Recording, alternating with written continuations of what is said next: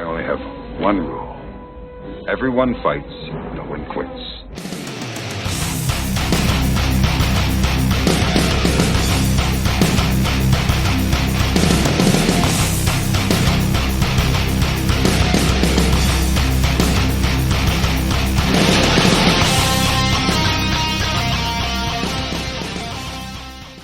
Welcome to WTC Squadcast, a podcast focusing on international matters, tournaments, communities, and the World Team Championship. The WTC is a proud partner of the T-Sports Network, Best Coast Pairings, and is sponsored by The Army Painter. If you'd like to support the podcast and the WTC, please visit our Patreon at www.patreon.com/WTC Squadcast. Now, let's get on with the show. Hello, everybody, and welcome to another episode of the WTC Squadcast, Into the Squad. In this podcast, we get a deeper insight into the specific teams, how do they form their teams, how do they train for the event, and how do their country's 40k community works. I'm Işık, and today we have Team Greece captain Nikolas Papadopoulos. Hi, Nicolas, how are you? Hello, Işık. Thank you for having me here. Thank you for It's coming my pleasure. on. Thank you. It's actually my pleasure for hosting you. So, first of all, I do have some questions, but this is sort of not a curveball or anything. You're sort of the youngest captains I know. Yeah, you are like 20 years old, right? Or 20 or 21, if I remember correctly. 22, you remember correctly. No, I don't remember that correctly. Okay, so, but you are one of the leading 40k figures in Greece. So, how does that work? About how did you become the captain of the Greek team? Okay, let's start from 2012 that I started playing 40k. That's 10 years ago. Okay, I can. Yeah, I was 12. And I joined 40k because of my father. Mm-hmm. And we were playing together in big tournaments and events and some small events in local shops. And after 2 years, I decided that I wanted to join to the Greek team of ETC then. I contacted the captain, and he told me that he will reach out with me and talk to me about the procedures. It was funny because the first year that I played in Team Greece was 2014. I was only 14 years old. No, okay, And that's yeah. pretty young, actually. Yeah.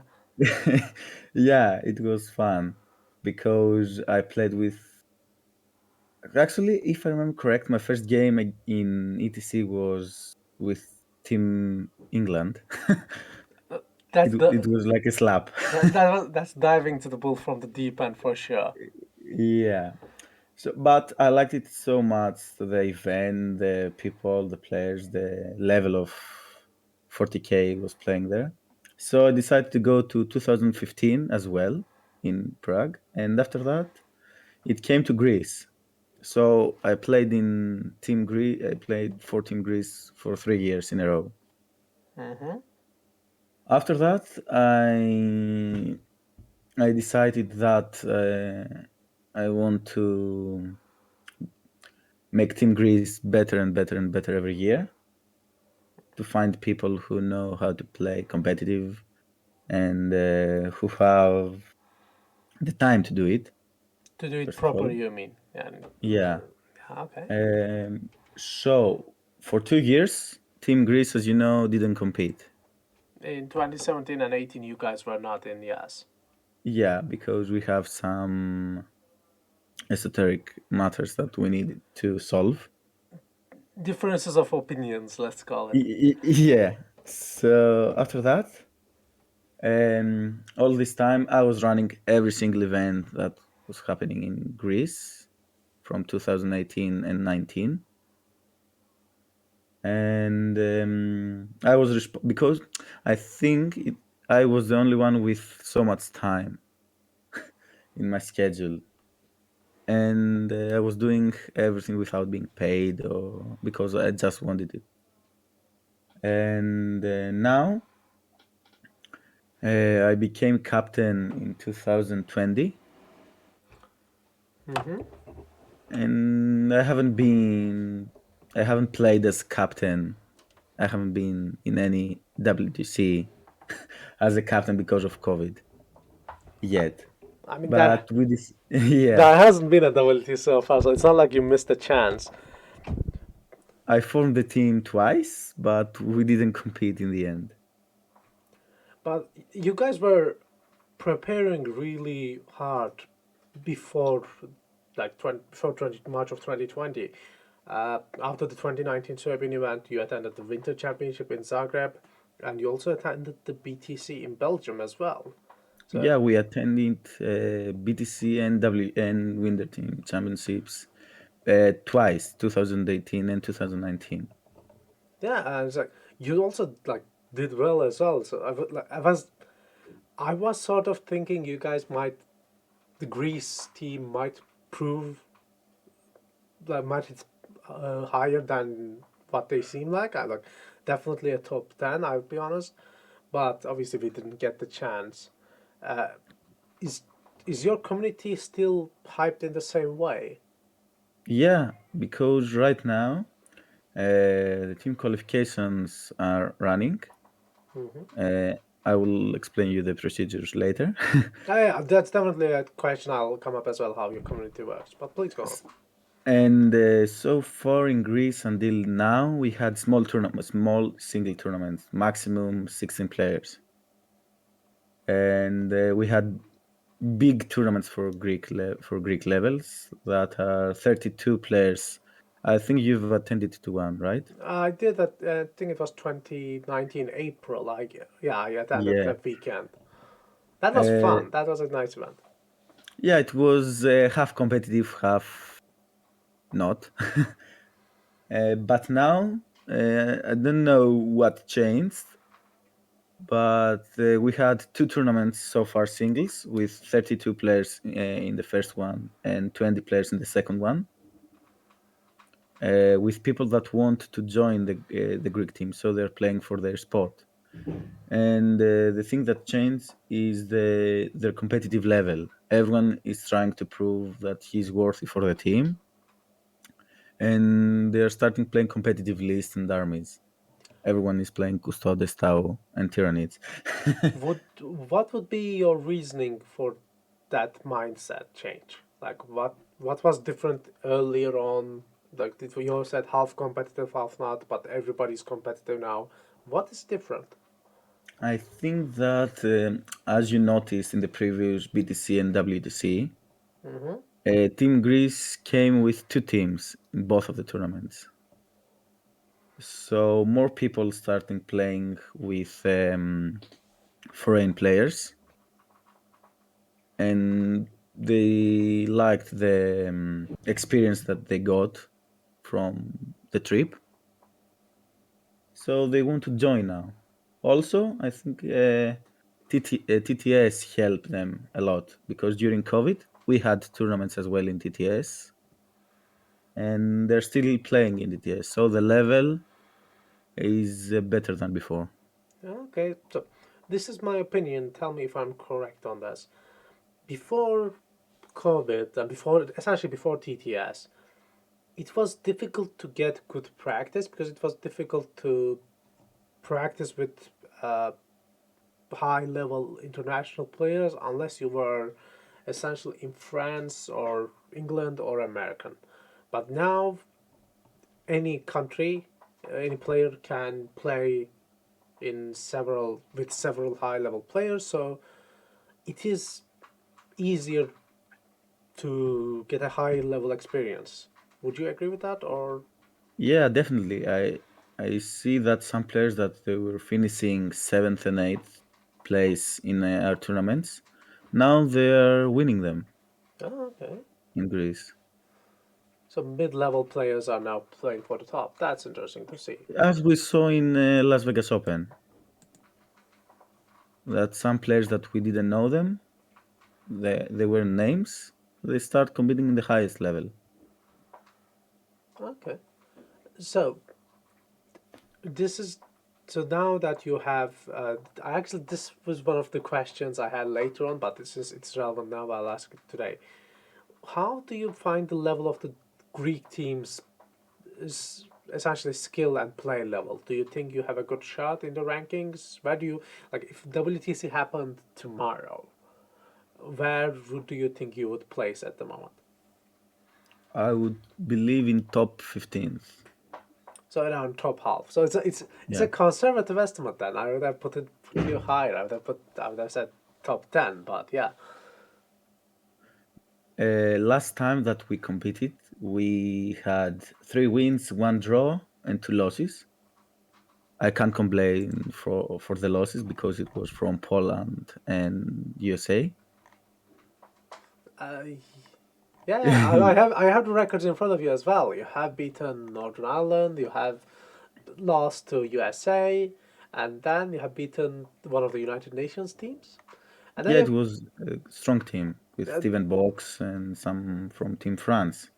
yeah, the both of the United Nations teams that year were very strong. We had very skilled mercenary candidates, which like they both like one of them actually got 3 wins and a draw, and this other one got 3 wins, which is unusual for mercenary teams in 2019. And then you've got a draw with Canada, which is and that seems like you just eked out a draw in that match with a 77-83. Yeah, it was very close. And obviously then you met with Poland, which is a sad day for anybody. It's like Poland is, in case the listeners don't know, is the most successful team in history of our tournament. It's like they are the top ranking team by far. If you have listened to the Polish podcast, they orient their entire community and their entire year's calendar just for this tournament. They don't really practice for singles at all, so they have some, in my opinion, some of the best players in Europe and probably in the world. We just don't know about them, or obviously we do as WTC players, but the rest doesn't know because they are so they just focus on team players, and it is hard to shine in that. And then you beat Scotland, which is a tough nut to crack any year. Yeah, it was. We had some tough matchups with Team Scotland as well. But our tactic in WTC 2019, correct? Mm-hmm. It was that we have a core of 4 strong players, and we had 4 players that we told them you need to grab whatever point you are gonna get, and you're gonna play defense. You're going to get hard matchups. You're gonna get hit for the team, and so the plan worked because the 4 players got as many points as they could. In most of the games, these 4 players won,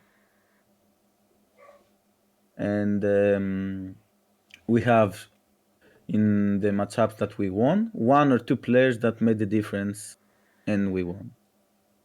That's usually how it works. It's like you trust 3 to 4 players to get the maximum points, and the rest to not lose that hard, and then that's usually the needed boost to put you over 85 and win the match. It's rare that somebody just wins all 8 matches, which is a blowout, but yeah, that's how you win the WTCs. Yeah, and probably now the core of 4 players is better because we have better players now that they can get more points more easily from their opponents. Okay, so do you think that's because of the TTS practices? Definitely. And you have organized I think one of the biggest TTS tournaments to my knowledge last year with Yeah, the Greekhammer one. the Greekhammer. What was it in May, March, or April? I think with 256 players, if I remember correctly. Yeah, it was 34 teams. I don't know, so it's even more. I think, yeah. So and that was a huge success. Obviously, it had its drawbacks because it's a TTS tournament and it took a few months to finish. But yeah, uh, and how did how did that tournament affect well essentially played out in your local community? Was the players more pumped up after being able to play with lots of different players from different nationalities? Yeah, we were ready to compete with everyone else. For example, we scheduled more friendly games with other teams. With Canada, I think we played with Team Bisounours. Oh no, sorry, Semi Croustillants from France. So we practice more Okay, that's good. through TTS. I'll be honest. I think the like the 2022 event or any team tournament from now on, it would be very hard to gauge who will win the event from past experience because TTS allows essentially hidden gems who will get to practice uh, like many matches and you'll not know who they are but they'll just come to the table and blow people away. It's and they might play some different list and especially because we now have like exact list maps that you can practice on. Hmm. Although they are not obviously 100% compatible to real life, it's a game after all. But I think that will be a huge difference, and we might get like a few surprise teams. Like I think you're hiding your power level a bit. That's why I'm questioning you a bit on this. And you guys might like make it play for the top 10 or something next year. Also, right now, two of Greek, probably Greek members of the team are playing in TTS because one is living in an island and the other one is living in Athens. So they couldn't do it before TTS. That's definitely okay. That also, you said that two potential members, which makes me question, how do you actually plan to choose your teams? You mentioned that you have like 32 players that might be interested in joining the team. How will you pick the final eight? Is there a Okay. For this year, Mhm. we decided because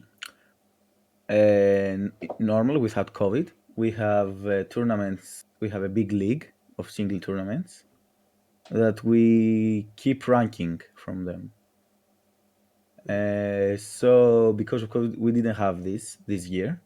So I decided together with the players that we should do a circuit of tournaments, Mhm. 4 captains call, and you need to participate in 3 out of 4 if you want to join the team, Mhm. and you are gonna keep 3 out of 4 performance of your performances, So you can and join all four if you want, but only the and best three will count. will count, yeah.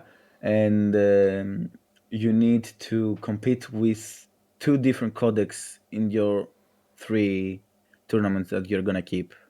Okay, that's interesting because I was going to question how you handle the like if you have three Space Marine players, how do you handle that? But yeah, that would help. Yeah, because it's too early to say which codecs are gonna be in the team. Hmm. So we want to check which player who player is flexible to play this to change codecs through the year.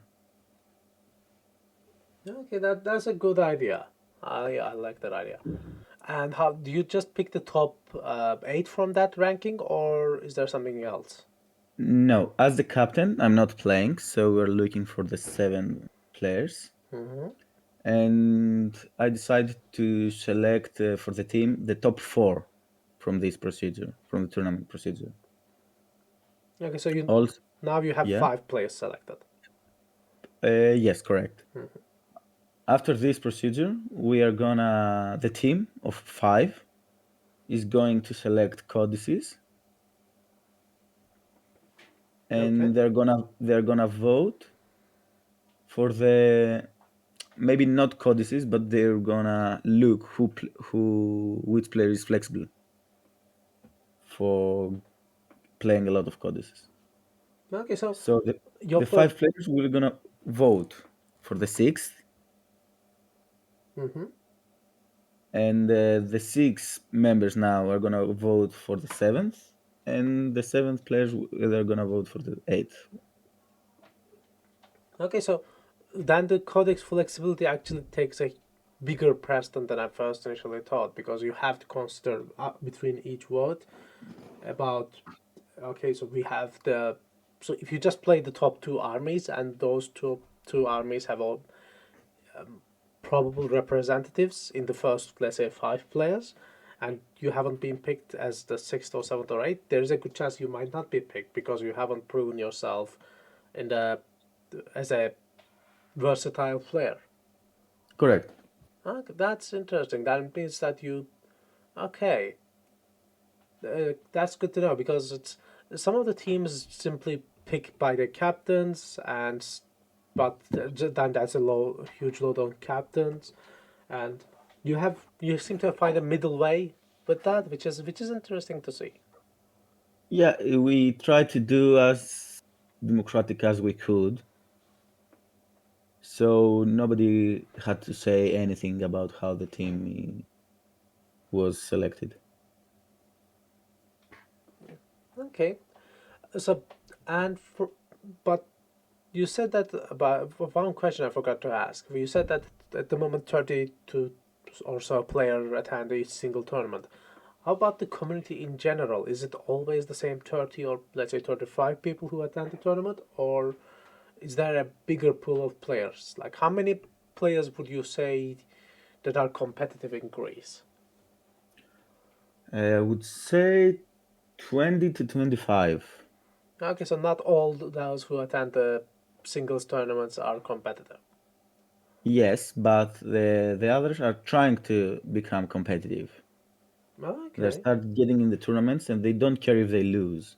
They care to learn how to be competitive. Okay, that's interesting. So they're not just there. Oh, I'll just have a good fun time. They're just actually they are there to experience and learn more. So they okay, that's interesting. I was just because I have some players here who just attend tournaments. They're not really interested in being that competitive. Just want to be support the community and have a nice day. But so there is no at least gap of intent. Like everybody wants to be competitive. There aren't half of the community is not like having just there to get wrecked. They are there to actually learn the game as well. We have a good example in these tournaments that we already did. One player that finished with 1 win, 11-9 or something like this in the previous tournament, and from 28th spot ended up in 5th in the last captain's call with 2 20-0s. He Oh, was playing Stampede in the first one, but he didn't have the correct list. So after the first one, he checked the list from the other players and asked them question how to fix his. And in the second one, he came with a stronger list. Learned he knew how to play his list and did 2 20-0s wins. okay. So even the bottom ranked players are actually like interested in becoming better and want to learn. That's good to hear. That's not something that I hear from every captain. That's that's like the entire community is mobilized then. Okay, so Correct. then do you plan to have, let's say, how do you plan to have some coaches with you as well, like from the players you haven't been able to pick, or uh, like because some of the teams don't intend to get coaches as a not as a principal, but they don't see the benefit of coaches that much. Some of them you get like two or three. I think that we're gonna have a coach this year, probably because a lot of people want to participate, and most of them told me that they will join anyway. Uh-huh. So one of them can be coach. and I think codes is the second most valuable. Uh, I would say player because codes is a player as well. After captain, he's very good for the team. He's the bond between captain and players. I think that, What that do you think? no, no. Sometimes I agree. I have seen coach. Obviously, we didn't have a coach because we are one of those teams that have a hard time even finding enough national players to become a legal team. At most of the time, the most Turkish players I could find was five, and with the new rules, that's just enough. It was four, and like in 3 years, I could only get four Turkish players. Like one of them was both French citizen and Turk, so you could even count this 3.5. um, but essentially, like if I could have a coach, dedicated coach, I would. I think there is benefit to it. Sometimes a coach, but sorry, sometimes a coach is just a person who is there to have a vacation. If such coaches obviously do help, like with bookkeeping and essentially being a more of a travel agent and helping with the logistics, but they might not necessarily be more helpful in gaming aspects. In order to become a coach, you essentially need to be almost the best player in the team, which to have an understanding of all the armies to help each player out. Even if you don't, if you can't help all the players, you need to be somewhat competent in 2 to 4 armies, both on your side and the opponent's list, to help out with the pairings. And I've I generally find it difficult. That's a difficult task by itself, and I usually see the teams use such a person as a player. So it's not that I don't find the role of coach so useless. I usually find them not adding that much in certain teams. But if you are one of those teams that have multiple that can put out multiple teams, such as England or France, that's if we just let them, they'll just put out 10 national teams, for example. Mm. Those with those teams, there is a good potential for coach. The rest of the teams, like most of them, I think they will. If obviously it helps, it's just that I don't see that much of a benefit. But if you're a willing person who wants to coach, and it's like, you know what, I'll coach. I think it's fine, and you already have 8 person you trust that with their skill and their synergy as a team, then that 9 person will. It's hard for me to say they will be a negative thing. It's just that I don't see a big gain. I see a gain. I don't. It might be big. It might be small. It depends on the team, really. Yeah, I agree. Okay. But sometimes you need someone in order if you want to say someone from table 8 to table 1 to give a simple order for boost for points or def for points. Mm-hmm. You need someone to go tell him That if is true. especially if they are the final minutes of the round. Uh, It has happened, I think, once or twice where all the players were playing in our games, and it's just like nobody can actually keep track if you have all 8 players all playing to the time, and then yeah, in such cases, the coach can definitely be a huge plus for a team. Uh, Yeah, Okay, yeah, agree. so this is actually one of the questions we sort of skipped. So I want to learn about it. This is about you specifically. You said that your first event is 2014. I think that was in Serbia. Serbia, This correct. Serbia number two. What were you expecting before you went there? Like, what did you hear from the other players? What did you had in mind, and what did you find there? It was actually the biggest event that I knew, and it was in Europe. So I was expecting to go there and face some good opponents. I knew that I would change as a player, as I see the game, and it turned out that I was correct. How did your And first tournament go, yeah, by the way? How many games did you win? Did you lose? Do you remember? out of five, I won two. I had one draw and two losses. Ah, just at the middle then. Yeah, and this is what I'm telling to the new players that haven't gone to any international tournaments. After this, you're gonna change as a player. You're gonna become better in every aspect. Oh, I agree. You're getting you essentially get kicked in the head, and then you learn how to play. Yeah, exactly. From my understanding, it essentially met your expectations, and Yeah, more more than med. oh, yeah, that's good. That's always that's.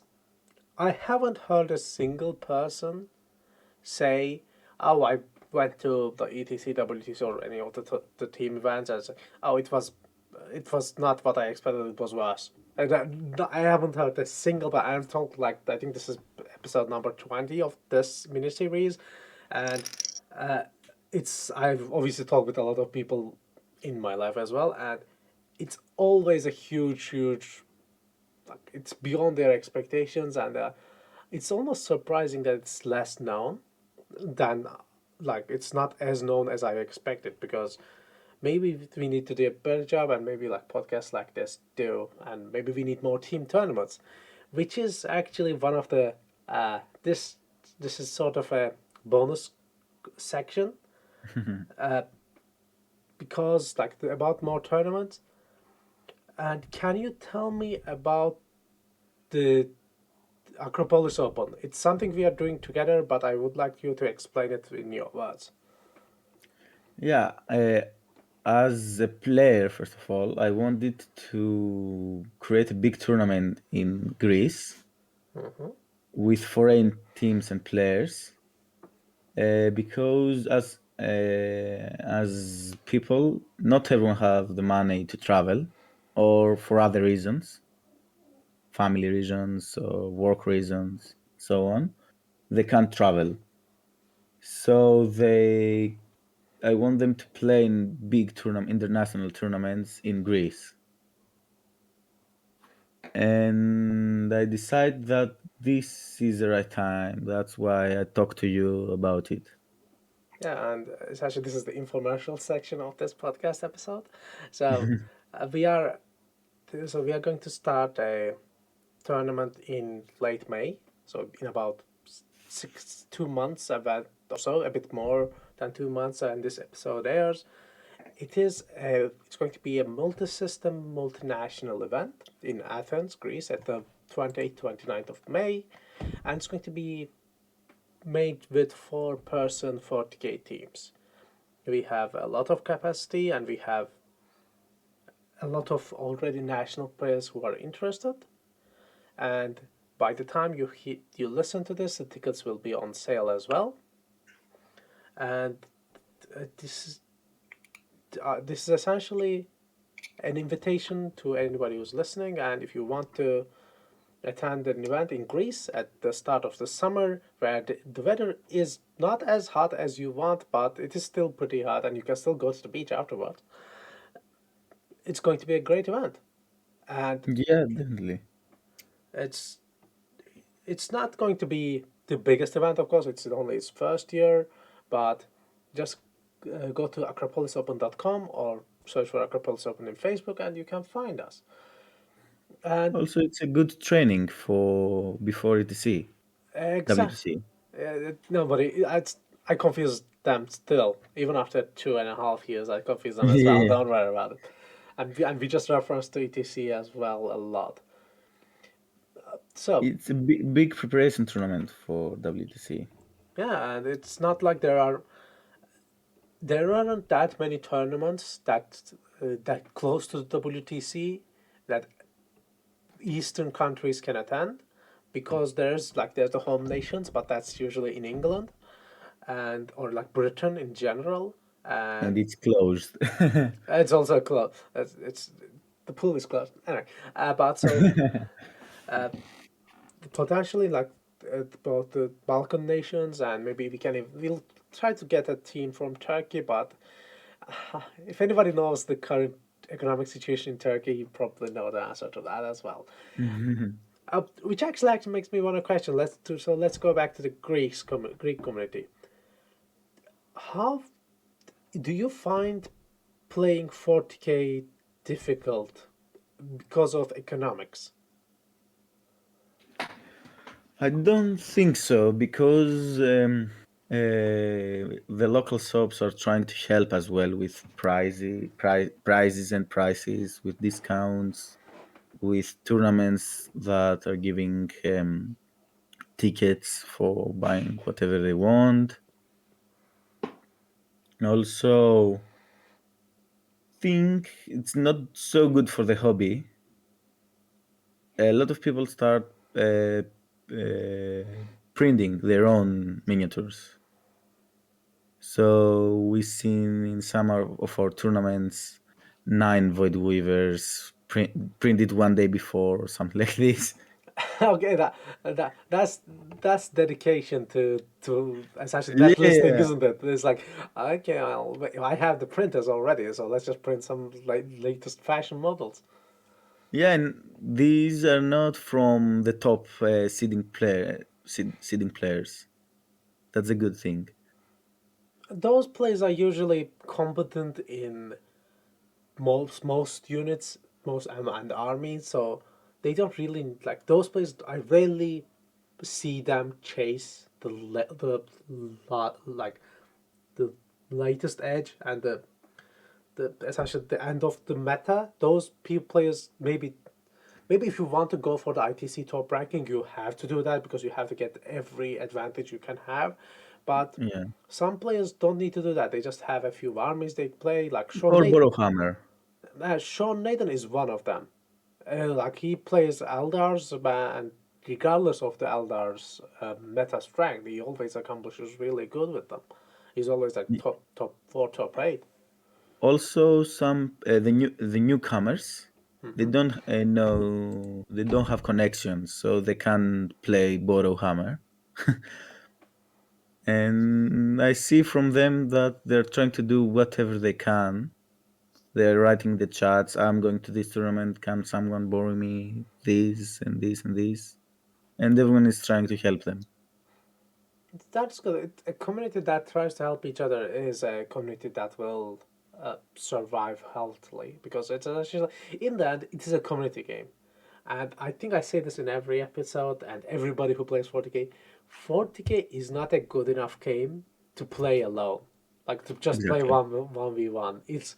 It's only good with the community involved, and if it wasn't for the people I met, I'm saying this personally, it wouldn't be worth my effort and my time. It's definitely not the case. There are better games out there, especially computer games, but it's the lore, the hobby, and it's more importantly, it's the community.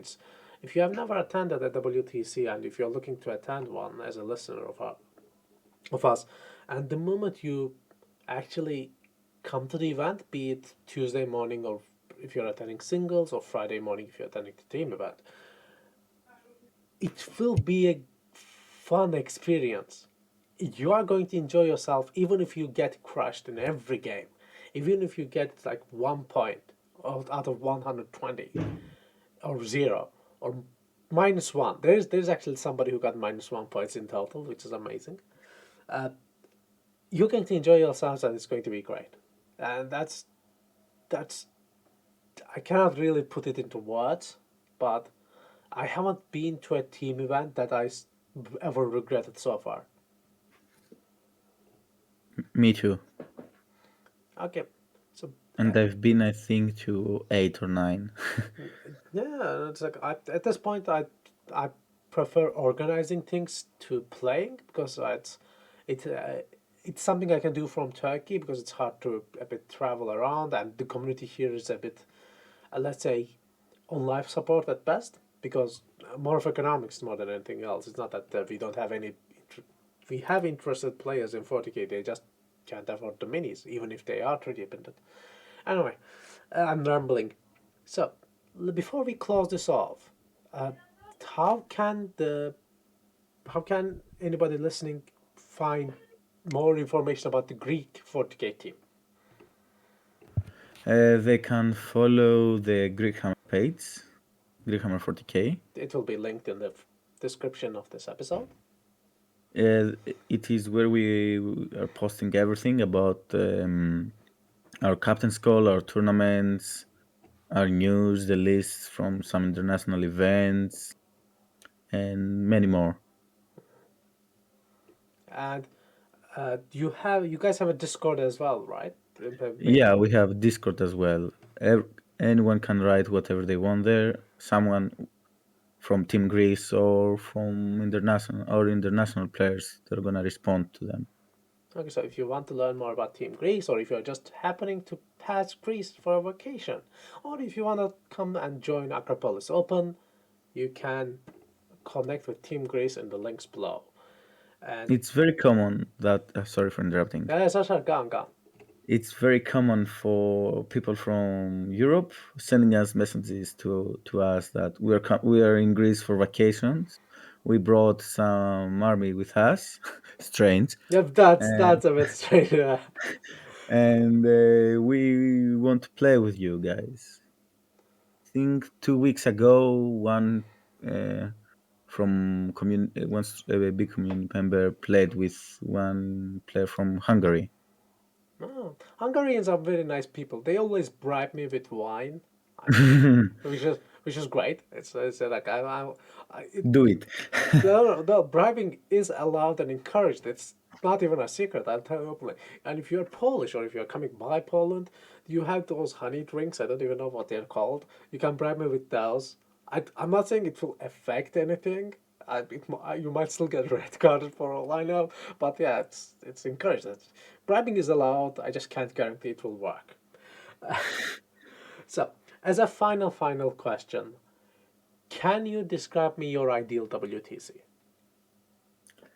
My ideal WTC is a tournament that the best players from each country will attend, not whoever has the money to do it, because we see some countries, mostly southern, they can't come or they can't come with their best players because they don't have the money to do it. So this is my current dream for WTC. That's a respectable dream. I'm looking forward to finding a millionaire or billionaire benefactor that will essentially cover all the cost and like sponsor with an airline. Like if we can get the Turkish Airlines or like I don't know, like Air what was it? Like say British Airlines Yeah. as a sponsor and if they can fly everybody, it would be neat. But yeah, that's sadly Because not the case. this is what I'm trying as Team Greece captain to through tournaments or through sponsorship to pay most of the expenses for the trip. Man, that's a lot of teams do. They essentially run the tournaments at a profit, so they can cover the costs of like let's say the jerseys or maybe I don't remember which team it was, but one of the team ran events and their extra costs covered the costs, their extra revenue covered the cost of the coach. So that's what they did. So it's like okay, you don't get to play, but at least we'll pay your team, we'll pay your plane ticket. And they sell merchandising, they do fundraisers, and the community helps, which is always a nice thing to see. So yeah, okay. Well, thanks for joining this episode. It was nice to learn about Team Greece, and it is a good opportunity to spread the news of Acropolis Open and the Greek community in general. Hopefully, we'll have a nice event, both when it comes to this later May in Greece and in August in Belgium. If you have any shoutouts, it is the time. Thank you very much, Sik, for invite me here for this podcast. All I have to say is I will see you in the tables, everyone, and I hope that I will see you in Acropolis Open as well. Yeah, Come and send me a message or talk to me. All the Greekhammer links and the Acropolis Open links will be in the description, so check it out and see you guys in the tables. Bye.